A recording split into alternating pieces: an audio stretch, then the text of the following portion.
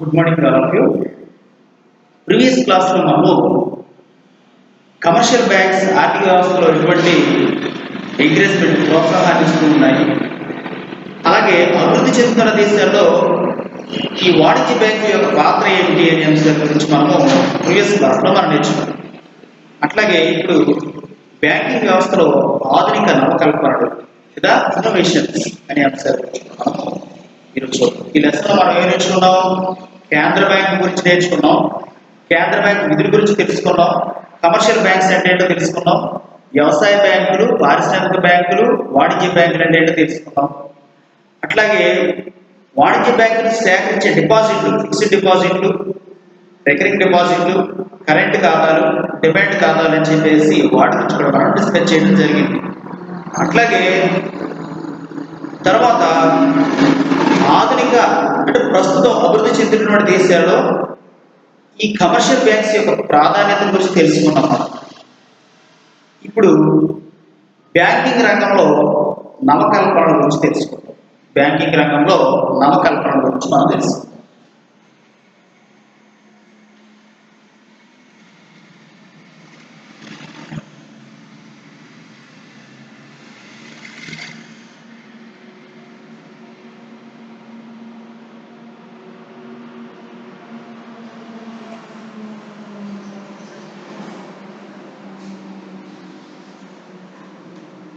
Innovations in banking system.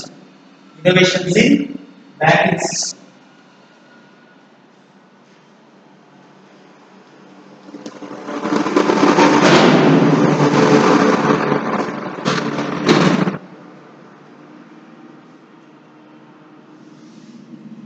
Banking system గురించి మనము ఈ లెసన్లో అంటే ఈ టాపిక్లో మనం డిస్కస్ చేయడం.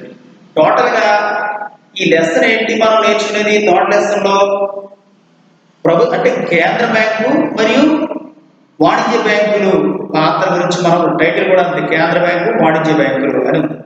కాబట్టి కేంద్ర బ్యాంకు యొక్క విధానాలు, కేంద్ర బ్యాంకు యొక్క ఆబ్జెక్టివ్స్, కేంద్ర బ్యాంకు నిర్వహిస్తున్నటువంటి అంటే కేంద్ర బ్యాంక్ అంటే ఆర్బీఐ నిర్వహిస్తున్నటువంటి విధులు వాటి గురించి పరిశీలించాం. అలాగే ప్రైవేట్ బ్యాంక్స్ లేదా కమర్షియల్ బ్యాంక్స్ గురించి కూడా మనం డిస్కస్ చేయడం జరిగింది. ఈ బ్యాంకులన్నీ కూడా వ్యవసాయ బ్యాంకులు కానివ్వండి, పారిశ్రామిక బ్యాంకులు కానివ్వండి, లేదా వాణిజ్య బ్యాంకులు కానివ్వండి, ఇవన్నీ బ్యాంకులు కూడా ఏ వ్యవస్థలో ఉంటాయండి?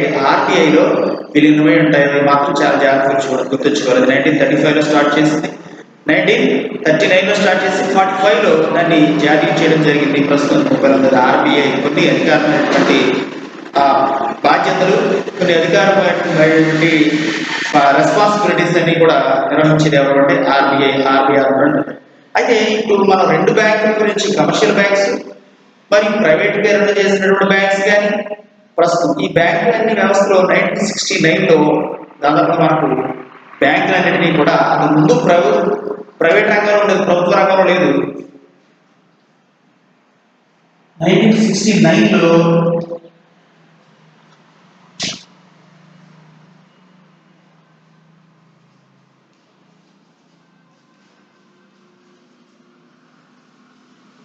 ఇందిరాగాంధీ గారు దాదాపుగా 14% బ్యాంకులను జాతీయ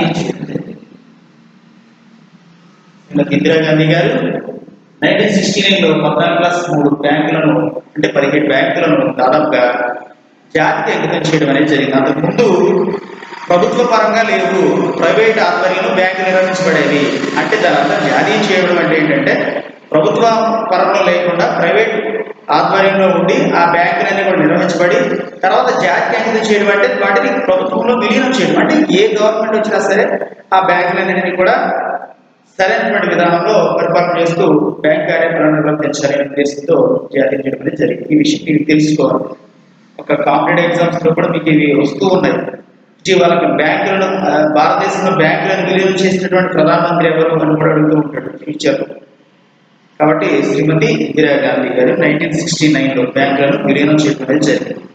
సో ఆ విలీనం చేయడంలో అంటే పూర్వమే ఉంది ఆర్బీఐ అనుసరణలో ఇవన్నీ. అయితే ప్రస్తుతం మార్పు కారణంగా 1949 నుండి అంటే 50, 60, 70, 80, 90, 2000, 2021లో ఉన్నాం.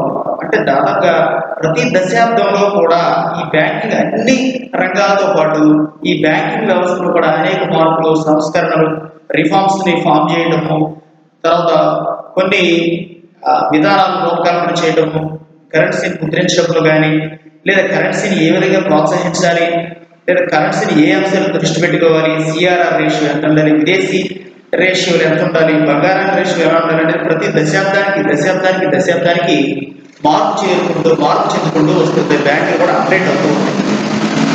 ఇప్పుడు కూడా ఆఫ్షోరింగ్ బ్యాంకులని, నెట్ బ్యాంకింగ్ అని, ఏటీఎంస్ అని, గూగుల్ పేస్ ద్వారా ఇంక్లూడింగ్ అయినటువంటి బ్యాంక్స్ అని, ఇంకా రకరకాల ఉన్నాయి. సో వీటితో పాటు సైబర్ క్రైమ్స్ కూడా పెరుగుతూ ఉన్నాయి. సో వాటి గురించి మనకు అవసరం లేదు.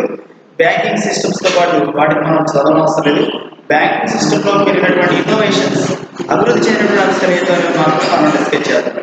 చూడండి, నెక్స్ట్ ఏ అంశాల మీద మనం అభివృద్ధి చెందాం? ఏటీఎంస్, ఆటోమేటిక్ టెల్లర్ మెషిన్స్ లో అభివృద్ధి చెందింది. తర్వాత ట్రాన్స్పోర్టింగ్ లో అభివృద్ధి చెందాము. బ్యాంకింగ్ వ్యవస్థలో ఆఫ్షోరింగ్ బ్యాంక్ లో చేసాం.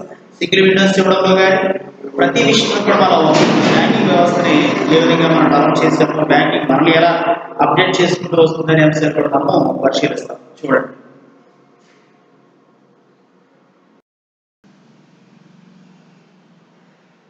ఓకే, మనం చూసినట్లయితే బ్యాంకింగ్ వ్యవస్థలో నవకల్పనలు అంటే ప్రస్తుతము టెక్నాలజీ కలిగినటువంటి ఈ దేశాలలో బ్యాంకింగ్ వ్యవస్థలో కూడా ఎటువంటి మార్పులు వచ్చాయి, నూతన ఆర్థిక మార్పులు, నవకల్పనలు ఎలా ఉన్నాయని కూడా మనము చూసినట్లయితే మొట్టమొదటి చూడండి, ఎలక్ట్రానిక్ ఈ బ్యాంకింగ్ అంటే పూర్వము గ్రంథాలలోనూ లేకపోతే బుక్స్లోనూ రిజిస్టర్లోనూ ఇలా మెయింటైన్ చేయవలసి ఉండేది. ఇప్పుడు అట్లా కాదు. అలా పెన్ను కానీ పేపర్ కానీ యూజ్ చేయాలి. పెన్ కానీ పేపర్ కానీ యూజ్ చేయకుండానే ఆటోమేటిక్గా సిస్టమ్స్ వచ్చేసాయి మొత్తం. ఈ బ్యాంకింగ్ అంటే ఎలక్ట్రానిక్ బ్యాంకింగ్ అని అర్థం. ఇక ఏమీ చేయనవసరం లేదు, జస్ట్ ఫింగర్ ప్రింట్ పెట్టుకోవడం, లేదా సాఫ్ట్వేర్ని మనం ఉదాహరణ బ్యాంకింగ్ వెళ్ళామనుకోండి, పూర్వం ఏం చేసేవాడు అంటే బ్యాంక్ కౌంటర్లో బుక్ ద్వారా పెట్టి ముద్రించేవాడు మన లావాదేవీలు ఎలా జరిగాయి ఏంటని. ఇప్పుడు అలా కాదు, ఎదురుగా ఒక విండో ఒకటి ఉంటుంది. ఆ విండో అంటే ఒక మిషన్ ఉంటుంది. ఆ మిషన్లో మనం ఫార్వర్డ్ చేయగలి క్యూబార్ని కోడ్ చేసి ప్రింటింగ్ అనేది తీసుకుంటాం. అంటే ఇది ఒకదాని గురించి మనం చెప్పట్లేదు. అంటే ఆర్థికంగా దేశం ఎదగడంతో పాటు బ్యాంకింగ్ వ్యవస్థ కూడా ఏ విధంగా ఎదిగింది, ఎందుకు ముందుకు ఎదగ వెళ్ళింది అనేది కూడా మనం పరిశీలించినట్లయితే ఎలక్ట్రానిక్ బ్యాంకింగ్ సిస్టమ్ అనేది భారతదేశంలో అవలంబించడం అనేది జరుగుతూ ఉంటుంది. నీ అకౌంట్లో ఎంత ఉందని చూడాలంటే బుక్స్ పేజెస్ తీనవసరం లేదు, జస్ట్ అకౌంట్ నెంబర్ చెప్తే చాలు. నువ్వు ఎక్కడో అకౌంట్ ఓపెన్ చేసి చెప్పనవసరం లేదు, దానికి ఆధార్ లింక్ అయి ఉంటుంది. సో మనం ఒకటి పరిశీలించినట్లయితే ఒకవేళ ఈ బ్యాంకింగ్ కానీ ఎలక్ట్రానిక్ బ్యాంకింగ్ కానీ లేకపోతే ఒక అకౌంట్ ఓపెన్ చేసేటప్పుడు ఆధార్ నెంబర్తో టాలీ చేసి చూసి ఇదివరకు ఏమైనా ఓపెన్ చేశాడా, ఏమైనా బ్యాంకులో బ్రాంచెస్ ఉన్నాయా, లేదా అకౌంట్స్ ఉన్నాయా, ఏమైనా లావాదేవీలు ఉన్నాయా అనేది మొత్తం వెరిఫై చేయాలి. ఇప్పుడు అట్లా కాదు, వెంటనే ఆధార్ కార్డు నెంబర్ కొట్టగానే, ఇండివిజువల్గా ఉన్నటువంటి ఆధార్ కార్డు నెంబర్ కొట్టగానే అతనికి ఏ అకౌంట్ ఉంది, ఎంత చెల్లించబడింది, ఎక్కడి నుంచి అమౌంట్ వస్తుంది అని కూడా తెలుసుకోవాలి. సో ఇది మనిషి తెలుసుకోవడం కంటే మిషనరీస్, ఎలక్ట్రానిక్ యంత్రాలు తెలుసుకోవడం చాలా ఈజీ అయిపోయింది. కాబట్టి పూర్వం ఉన్నటువంటి అంటే మనుషులను ఉపయోగించి చేసే పని కంటే వారి వ్యక్తిగత మానసిక స్థితి కంటే కూడా ఈ ఎలక్ట్రానిక్ మిషన్స్ యొక్క ప్రాబల్యం ఎక్కువగా పెరిగింది, స్పీడ్ పెరిగింది, స్పీడప్ అయింది. అదొకటే కాకుండా ఇన్ఫర్మేషన్ స్టోర్ చేయగల కెపాసిటీ ఈ ఎలక్ట్రానిక్ బ్యాంక్స్ ద్వారా, ఎలక్ట్రానిక్ మిషన్స్ ద్వారా ఉంది. అలాగే సమాచారాన్ని చెప్పడం కానీ, సమాచారాన్ని దాచడం కానీ, 1 year అయిన తర్వాత కూడా నీ సమాచారం దాయబడి ఉంటుంది. 10 సంవత్సరాలు అయినా సరే నీ సమాచారం దాచబడి ఉంటుంది. అదే బుక్స్లోనో పెన్లలోనో అయితే సరిగ్గా దాచలేకపోవచ్చు. కాబట్టి సమాచారాన్ని దాచడంలో కానీ, వెంటనే సమాచారంలో చెప్పడంలో కానీ, అంటే డిస్ప్లే చేయడంలో కానీ, సమాచారాన్ని వేరే వ్యక్తులకు అందించడంలో కానీ, సమాచారాన్ని ఇతర అంశాలతో టాలీ చేయడంలో కానీ ఈ బ్యాంకింగ్ వ్యవస్థ అనేది ప్రధానమైన పాత్ర పోషిస్తుంది. ఇప్పుడు అన్ని బ్యాంకులు కూడా ఎలక్ట్రానిక్ ఈ బ్యాంకింగ్ సిస్టమ్ని ఫాలో అవుతున్నాయి. అంటే మొట్టమొదటి నవకల్పనలో ఇది ఒక భాగం. ముందు ఈ ఎలక్ట్రానిక్ బ్యాంక్స్ లేవు, పేపర్లో చూడడం, బుక్లో రాసుకోవడం, అకౌంట్లో ఎంత ఉంది చూడడం, ఎట్లా చూడడమే. Next online banking. బ్యాంకింగ్ వ్యవస్థలో నవకల్పనల గురించి వివరించండి అంటే 5 marks క్వశ్చన్. కాబట్టి వచ్చే క్వశ్చన్స్ గురించి కూడా మీరు రాని క్వశ్చన్స్ కూడా ఎక్స్ప్లెయిన్ చేస్తారు. వచ్చే క్వశ్చన్స్ ఇంపార్టెంట్ క్వశ్చన్స్ కూడా మీరు నోట్ చేసుకోండి. వీలైతే ఒక బుక్ పెట్టుకోండి వీడియో చూస్తూనే, అందులో ఇంపార్టెంట్ క్వశ్చన్స్ మీరు నోట్ చేసుకోండి. ప్రతి లెసన్ ఇంపార్టెంట్ ఏదో అన్ఇంపార్టెంట్ ఏదో కూడా మీరు చెప్తాం. 10 మార్క్స్ క్వశ్చన్ అయితే 5 మార్క్స్ క్వశ్చన్. కాబట్టి రెగ్యులర్గా వచ్చేవి అంటే ఎగ్జామ్ పేపర్లో వచ్చే క్వశ్చన్స్ ఉన్నాయి కాబట్టి వాటి గురించి మేము చెప్తూ ఉంటాం కాబట్టి మీరు మెన్షన్ చేయాల్సి ఉంటుంది, చదువుకోవాల్సి ఉంటుంది. సరే, తర్వాత ఆన్లైన్ బ్యాంకింగ్, దీన్ని ఇంటర్నెట్ బ్యాంకింగ్ అని కూడా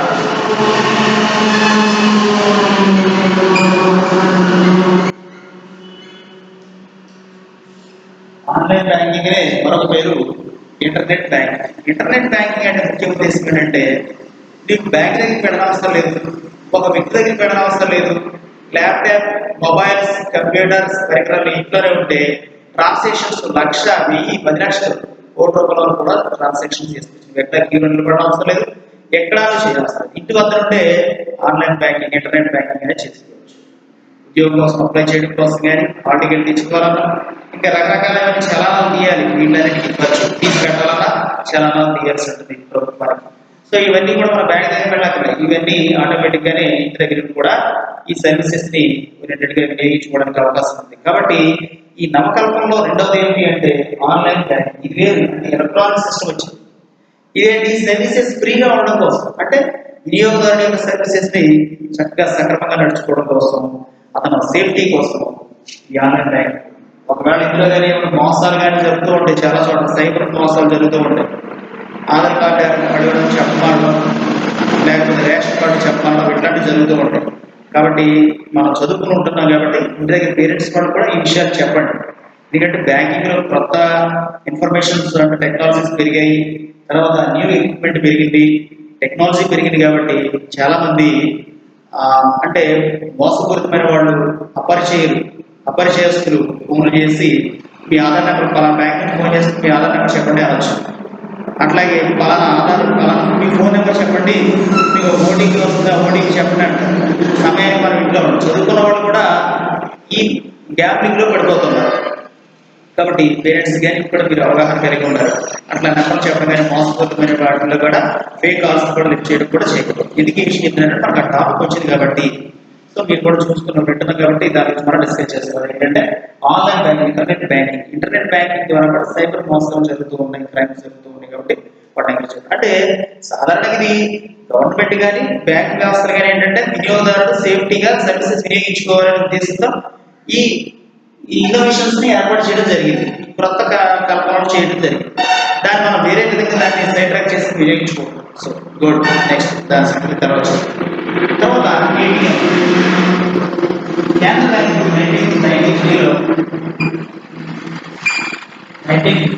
1993లో ఏటీఎం మిషన్స్ అనేది ఒకటి ఏర్పాటు చేయాలని కేంద్ర బ్యాంకు అన్ని బ్యాంకులకు ఇంటిమేషన్ ఇచ్చింది.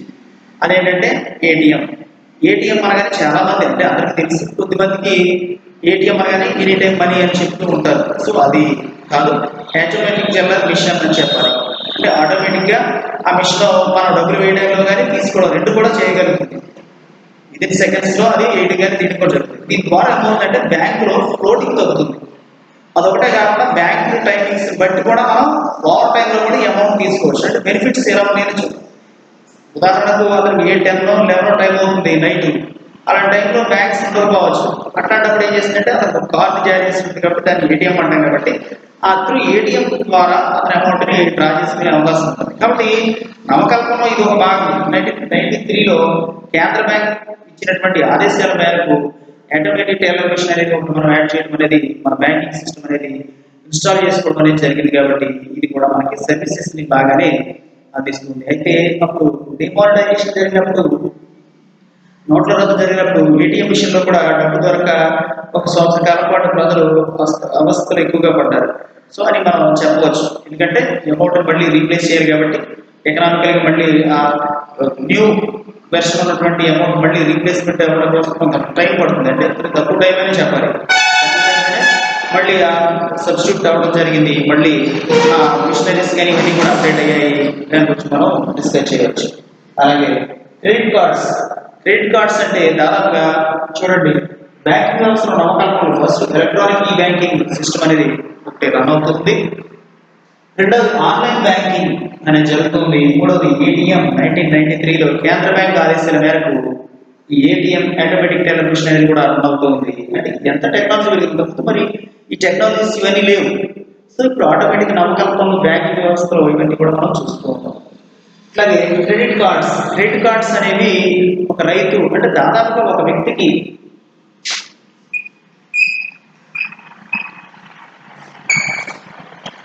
మీరు బ్యాంక్ ఎంప్లాయీస్ అయినప్పుడు కూడా ఇవి చాలా ఇంపార్టెంట్ అనమాట. ఈ పదాలు తెలియకపోతే చాలా ఇబ్బంది పడతారు. ఇది చదువుకోవడం కోసమే కాదు స్టూడెంట్స్ వినాలి. ఇది చదువుకోవడం కోసమే కాకుండా అంటే బ్యాంక్ ఎంప్లాయీ అయినా లేకపోతే బ్యాంక్లో ఉన్నటువంటి సిస్టమ్స్ కానీ ఇవన్నీ తెలియాలన్నా జనరల్గా బేసిక్స్ కూడా మనకు తెలియదు కాబట్టి ఆ నుంచి మనం చూస్తాం. అయితే ఈ క్రెడిట్ కార్డ్స్ అనేవి ఒక వ్యక్తికి కేవలము 60,000 కంటే ఎక్కువ ఆదాయం ఉంటేనే క్రెడిట్ కార్డ్స్ ఇస్తుంది. ఇయర్లీ అతనికి 60,000 కంటే ఎక్కువ ఆదాయం వచ్చేటట్టు ఉంటారు. 60,000 కంటే ఎక్కువ ఆదాయం వస్తేనే ఈ క్రెడిట్ కార్డ్స్ అనేది శాంక్షన్ చేయడం అనేది జరుగుతుంది. సో ఆ కార్డు మీద ఆ రైతు పేరు, తర్వాత ఆ వ్యక్తి పేరు, అతని ఇండివిజువల్ ఇన్ఫర్మేషన్ ఇవన్నీ ఉంటాయి కాబట్టి ఆ కార్డును వినియోగించుకున్న సకాలంలో కొంత రుణాన్ని పొందడానికి అవకాశం ఉంది. ఇప్పుడు రుణం కోసం బ్యాంకు దగ్గరికి వెళ్ళి పూచికత్తని సెక్యూరిటీ పెట్టి బాండ్స్ అని పత్రాలని లేదా ల్యాండ్ పత్రాలని ఇవన్నీ పెట్టి కూడా చేయని అవసరం లేదు. ఆటోమేటిక్గా ఇన్స్టాల్ అయి ఉంటుంది, ముందుగా రిజిస్టర్ అయి ఉంటుంది కాబట్టి ఆ కార్డు తీసుకుంటే ఆ కార్డు ద్వారా అతను ట్రాన్సాక్షన్ జరగవచ్చు, అప్పు తెచ్చుకోవచ్చు, మళ్ళీ తిరిగి చెల్లించవచ్చు. ఎందుకంటే 60,000 అబవ్ అతను నికర ఆదాయం అంటే ఇయర్లీ యాన్యువల్ ఇన్కమ్ ఉండాలి. అలా ఉంటేనే ఈ క్రెడిట్ కార్డ్స్ అనేది. సో దీనివల్ల ఫ్లోటింగ్ తగ్గుతుంది. అతను వినియోగదారుడు ఎవరైనా కూడా అతని కోరిక అంటే ఆ వస్తువు చేపట్టడం కోసం కానీ లేదా వ్యవసాయం చేయడం కోసం కానీ ఇతరత్ర ఏ కార్యక్రమం కోసం ఆర్థిక వనరులను సమకూర్చుకోవడంలో బ్యాంకింగ్ ప్రధాన పాత్ర పోషిస్తుంది. డైరెక్ట్ మనిషి దగ్గరికి వెళ్ళవలసిన లేదు, అంతా ఆన్లైన్. ఇక్కడ ఉన్న మొత్తం మిషనరీస్తో ఉన్నవే.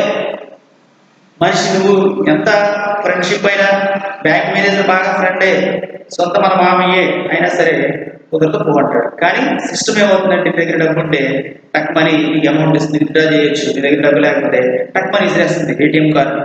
ఈ బ్యాంకులో డబ్బు లేదు కానీ ఏటీఎం కార్డు ఎంటర్ చేసి పిన్ పాస్ వెంటనే తీసుకుని అవుతూ బాగుంటుంది. సో దానికి భేదాలు ఇక్కడ మిషనరీ వ్యవస్థతోనే ఇన్నోవేషన్స్ బ్యాంకింగ్ సిస్టమ్ ఎంత బాగా డెవలప్ అయిందో అనేది కూడా మనం ఈ దశాబ్దంలో చెప్పుకున్నా చూస్తాం. అట్లాగే ఆఫ్షోరింగ్ బ్యాంక్స్. ఈ ఆఫ్షోరింగ్ బ్యాంక్స్ అంటే ఇతర దేశాలతో ఉన్నటువంటి లావాదేవీల్ని కనెక్టివిటీ చేయడం కోసం ఆఫ్షోరింగ్ బ్యాంక్స్ అనేవి మనం చూస్తాం. ఇవి 1970, 80 మధ్య ఇది ఆఫ్షోరింగ్ బ్యాంక్స్ అనేవి బాగా అభివృద్ధి చెందాయి. ఈ తరం మళ్ళీ 1998 తర్వాత 1998లో భారతదేశానికి కూడా ఈ ఆఫ్షోరింగ్ బ్యాంక్స్ అనేవి ప్రధాన పాత్ర పోషించాయి. 1998లో ప్రధానమైనటువంటి పాత్ర పోషించాయి. సో మీరు ఎగ్జామ్లో ఇదే విధంగా రాయాలి. ఈ డేట్స్ కూడా మీరు మెన్షన్ చేయాలి. ఆ బ్యాంక్స్ స్టార్ట్ ఏ దేశాలతో ఉన్నాయో కూడా చూస్తారు. ఇప్పుడు ఇతర దేశాలతో ఉన్నటువంటి బ్యాంకింగ్ లావాదేవీలన్నింటినీ కూడా బ్యాంకింగ్ ఉదాహరణకు దుబాయ్లో మన ఫ్రెండ్ ఉన్నాడు లేదా మన మావయ్యో ఎవరో మన రిలేటివ్స్ అక్కడ ఉన్నారు. అక్కడ నుంచి వాళ్ళు డబ్బులు వేయాలంటే డైరెక్ట్ మన బ్యాంకులో వేస్తున్నామంటే ఆ బ్యాంకులో వాళ్ళ కరెన్సీని మార్చుకుంటుంది. అంటే దీనికోసం కేంద్ర బ్యాంక్ కూడా హస్తం ఉంటుంది. బట్ ఈ బ్యాంక్స్ ఏమవుతుంది ఆటోమేటిక్గా పడిపోతాయి అకౌంట్లో. అక్కడ $10 వేస్తుంటే $10 ఈక్వల్ ఇక్కడ ఎక్స్చేంజ్ చేసేసుకుంటుంది ఇండియన్ కరెన్సీ ప్రకారం. ఇదంతా మిషనరీ చూసుకుంటుంది.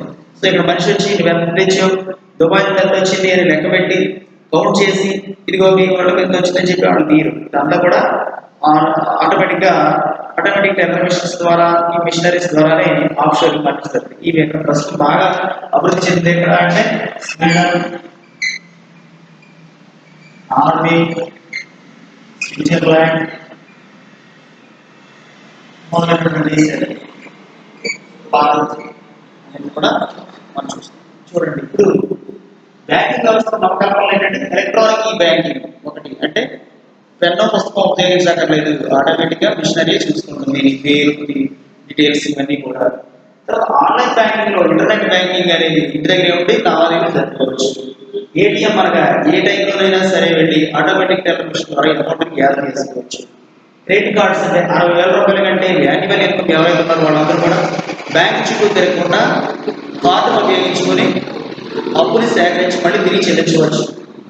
ఆఫ్షోరింగ్ బ్యాంక్స్ ఇతర దేశాల మధ్య మన దేశాల మధ్య వ్యవసాయపరమైనవి కానీ వ్యాపారపరమైనవి కానీ లేదా ఇండస్ట్రియల్ పరమైనటువంటి లావాదేవీలు జరుపుకున్నప్పటికీ ఉపయోగించే ద్రవ్యము ఆయా స్టేట్స్ కి ట్రాన్స్పోర్ట్ అవుతుంది కాబట్టి ఇక్కడ ఆటోమేటిక్ గానే ఆ ద్రవ్య రూపాన్ని తనలో కన్వర్ట్ చేసి ఆ దేశానికి సప్లై చేయడం ఆఫ్షోర్ బ్యాంకింగ్ అనేది ప్రధానమైన పాత్ర పోషిస్తుంది. అంటే ఇవన్నీ కూడా చేసే బ్యాంకులే, ఇవన్నీ సాఫ్ట్వేర్స్ అన్నమాట. ఇంకా అలా రిపీటెడ్గా మనం చూసుకుంటాం. నెక్స్ట్ బ్యాంకులో ఉన్నటువంటి కొన్ని అంశాలు కూడా మనం చూద్దాం. తర్వాత బ్యాంకింగ్ వ్యవస్థలో ఉన్నటువంటి కేంద్ర బ్యాంకుకి మరియు కమర్షియల్ బ్యాంక్స్కి గల భేదాలను మనం చూద్దాం. కమర్షియల్ బ్యాంక్స్కి మరియు కేంద్ర బ్యాంకుకి గల మధ్య గల భేదాలు.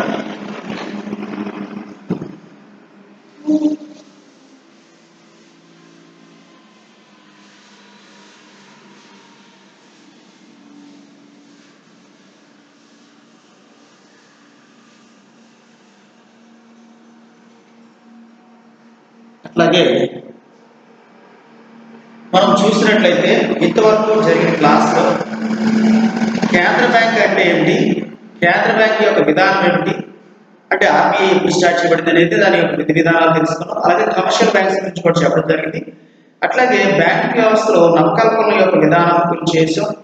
అదేవిధంగా ఆర్థిక వ్యవస్థలో ఈ కమర్షియల్ బ్యాంక్స్ యొక్క ప్రాధాన్యత గురించి కూడా మనం తెలుసుకున్నాం.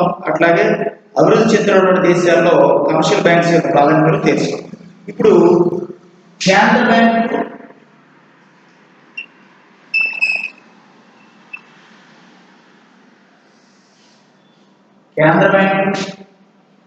వాణిజ్య బ్యాంకుల మధ్య భేదాలు.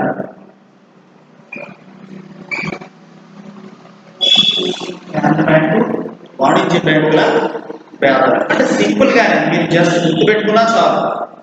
ఆటోమేటిక్గా ఈ క్వశ్చన్ వస్తుంది, రావడానికి అవకాశం ఉంది అని చెప్పడానికి లేదు. మీరు జనరల్గా విని మైండ్లో పెట్టుకున్నా సరే, ఒకవేళ వాడు కేంద్ర బ్యాంక్కి వాణిజ్య బ్యాంకుకి మధ్య గల భేదాలు ఏమి అంటే ఏమి తెలియదు కాబట్టి, వినలేదు కాబట్టి, ఏమి రాయదు, చదవరు కాబట్టి. కాబట్టి ఒకసారి మీరు విన్నారనుకోండి, జస్ట్ మీకు మైండ్లో ఉంటుంది. చూడండి, కేంద్ర బ్యాంక్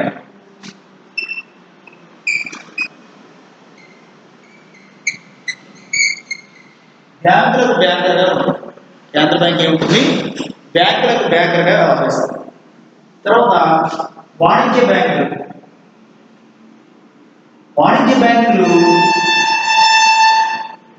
కేంద్ర బ్యాంకుకి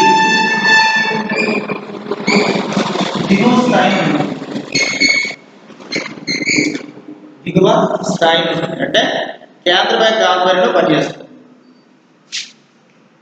కేంద్ర బ్యాంక్ అనేది ద్రవ్య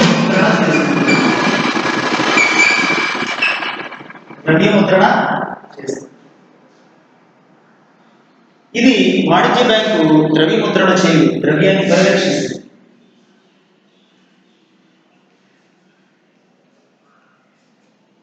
ద్రవ్య పరిరక్షణ. ఈ కేంద్ర బ్యాంక్ అనేది ప్రజలకు పరోక్ష బ్యాంక్. మనకు తెలియదు, ఆ బ్యాంక్ ఉందని మాత్రమే తెలుసు. కానీ లావాదేవీలు జరపడంలో కానీ, బ్యాంకులో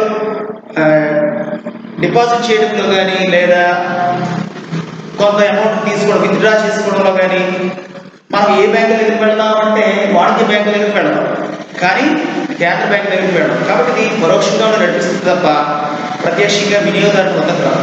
కాబట్టి పరోక్షంగా నడిపిస్తుంది, ప్రత్యక్షంగా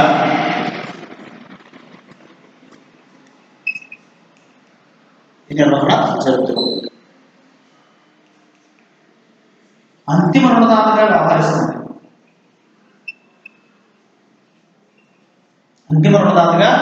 వ్యవహరిస్తుంది.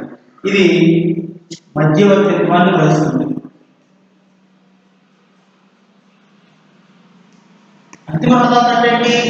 అట్టడుగునటువంటి క్షేత్రస్థాయి వర్గం వల్ల విధి విధానం పరిరక్షించడంలో, ఆర్థిక విధానం పరిరక్షించడంలో ప్రధాన పాత్ర పోషిస్తుంది. ఇది మధ్యవర్తిత్వంగా ఉంటుంది. దానికి వినియోగదారునికి మధ్యలో ఉంటుంది కాబట్టి మధ్యవర్తిత్వాన్ని మాత్రమే పొందిస్తుంది అని మనం చెప్పాలి. నెక్స్ట్ బ్యాంకు బ్యాంకర్గా ఉంటుంది.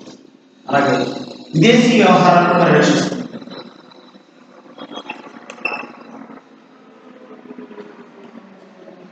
విదేశీ ఆర్థిక వ్యవహారాలను పరిరక్షిస్తుంది.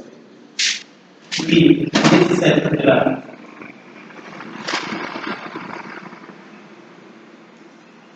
పరిరక్షిస్తుంది. అఫ్కోర్స్ ఒక్కొక్కసారి వాణిజ్య బ్యాంకులు విదేశీ ఆర్థిక అవసరాలను కూడా దృష్టిలో పెట్టుకుంటాయి.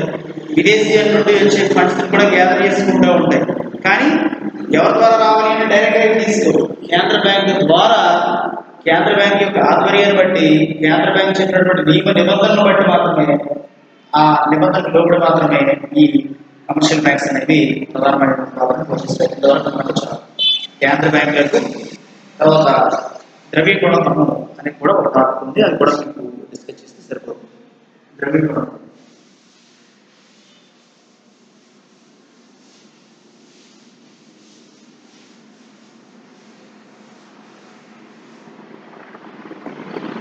ద్రవ్యగుణ పన్ను అనగా క్యాష్ రేషియో, రిజర్వ్ రేషియో.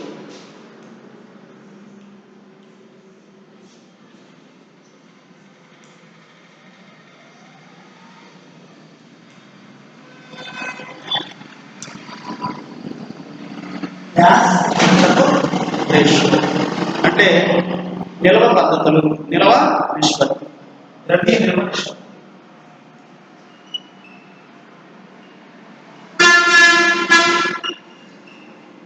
ద్రవ్య నిల్వ ఈ ద్రవ్య నిల్వ నిష్పత్తి అనగా దేనిపై తీసుకోవాలి, ద్రవ్యాన్ని ఎలా పరపతి పెంచుకోవాలి నిష్పత్తి అంటే దీనికి ఒక ఈక్వేషన్ ఒకటి ఉంది. K = 1/r.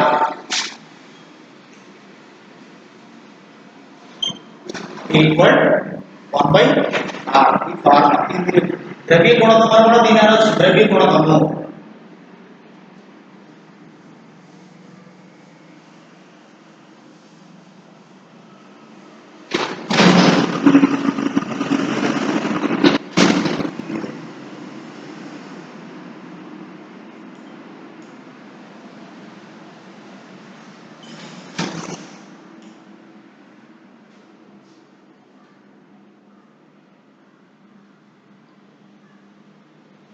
ద్రవ్య గుణకం.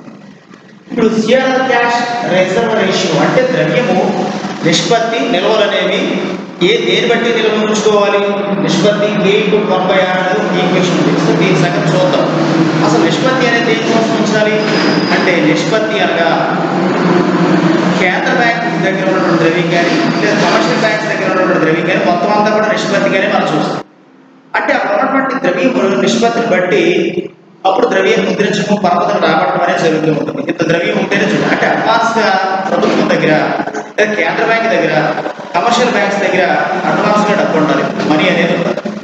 మొత్తం మనీ అసలు బ్యాంక్ దగ్గర ఏం లేకుండా మొత్తం అంతా ప్రజల దగ్గరే ఉందనుకోండి, చాలా అస్తవ్యస్తం ఏర్పడే అవకాశం ఉంది. ఒకవేళ ప్రకృతి వైపరీత్యానికి సంభవించిన, లేదా అత్యవసర పరిస్థితులకు సంభవించిన, లేదా ప్రభుత్వము అవస్థాపన సౌకర్యాల ప్రతిపాదనలో ఖర్చు పెట్టవలసి వచ్చిన, సంక్షేమ పథకాలకు అవలంబించవలసి వచ్చిన, ప్రభుత్వ ఉద్యోగులకు జీతాలు ఇవ్వడం కోసం, సెక్యూరిటీలు, వాటర్లో ఉన్నవాళ్ళం, ఇట్లా అన్ని చాలా ఖర్చులు ఉన్నాయి. సో ఖర్చుల విషయం పక్కన పడేస్తే ప్రభుత్వం దగ్గర ఎప్పుడు కూడా నిల్వలు అనేవి ఉంటుంటారు.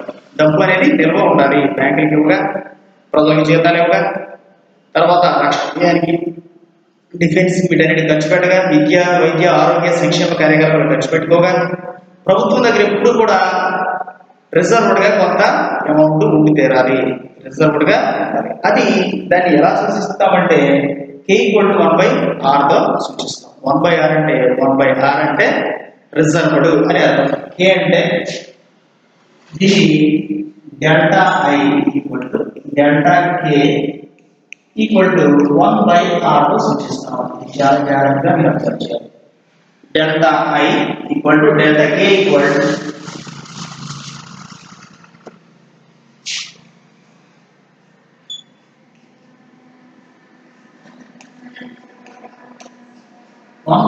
స్మాల్ r తో సూచించాలి. స్మాల్ r తో సూచించాలి. సింపుల్ గుణకము, ద్రవ్యత్వ గుణకము, ద్రవ్య గుణకము అంటారు. ఇప్పుడు K మూలధనము క్యాపిటల్ అనుకున్నాం. మూలధనం 1/రేషియో. మూలధనం 1/రేషియో. మూలధనం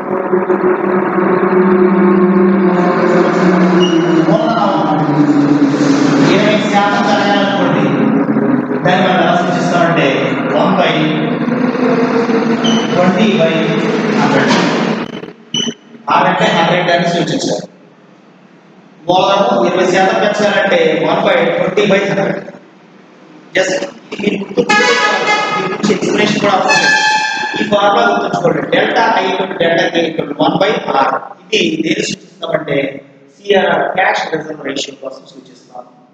ఇప్పుడు మూలధనాన్ని 25% పెంచాలనుకోండి 1/25/100 అంటే 100 అంటే ఇన్సూరెన్స్ అంటే 100% సూచిస్తుంది.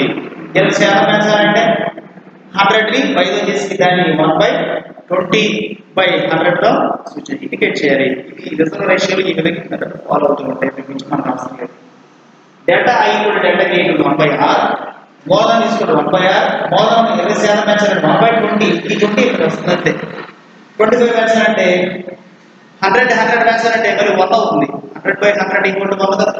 1/100 అవుతుంది అంటే ఈక్వల్ అవుతుంది. రిజర్వ్ రేషియోలు తర్వాత వాళ్ళ దగ్గర ఉన్నటువంటి ద్రవ్య పరపతి ద్రవ్యం ఈ రెండు కూడా సమానం అవుతుంది. సో సమానమైన కూడా ప్రాబ్లమే. ఎక్కువ ఉండకూడదు, తక్కువగా ఉండదు. రిజర్వ్ రేషియోలు కొంత పర్సెంట్ 20% 30-40% వరకు మాత్రమే మ్యాక్సిమం మెయింటైన్ చేస్తుంది ప్రభుత్వం. సో అంతవరకు మాత్రమే ద్రవ్యత్వం అనేది మెయింటైన్ చేస్తుంది. ద్రవ్య రిజర్వ్ రేషియో అంటే ఈ నిష్పత్తి మెయింటైన్ చేస్తుంది. 20%, 20%, 40% వరకు అంటే ప్రపంచం దేశంలో మొత్తం ఉన్నటువంటి డబ్బంతా కూడా ఒక 40 లక్షలు అనుకుంటే అందులో 20% ఎంత ఉంటుందో అంత 20% అక్కడ ఉండాలి అంతే. ఒక 10,000 ఉందనుకోండి, దేశం మొత్తానికి పంపిణీ చేసినటువంటి ద్రవ్యం చలామణిలో ఉన్నది 10,000 20% ఎంతో అంత మొత్తం దాని దగ్గర బ్యాంక్ దగ్గర రిజర్వ్గా ఉంటుంది. దీనికి I/R delta I delta K 1/r సూచిస్తాం. ఇది కూడా అడుగుతూ ఉంటారు. ద్రవ్యత్వ గుణకం క్యాష్ రిజర్వ్ రేషియో గురించి అడుగుతూ ఉంటాడు. కాబట్టి ఇది కూడా మెన్షన్ చేయాలి. ఈ 3 పాయింట్లు మెన్షన్ చేయాలి. సింపుల్గా ఈ 3 పాయింట్లు మీరు మెన్షన్ చేయగలిగితే చక్కగా మార్కులు వచ్చే అవకాశం ఉంది. Delta I delta K 1/r formula దీంతో సూచిస్తారు ద్రవ్యం. ఇది ఎలా వచ్చిందంటే అది సూత్రము అనుకో. తర్వాత మూలధనం అంటే మూలధనం 1/r అంటే రేషియో 100. సో మూలధనం 20% పెంచాలంటే 1/20/100. R అంటే 100 అనుకున్నాం కదా. మూలధనం 20% పెంచాలంటే 1/25/100.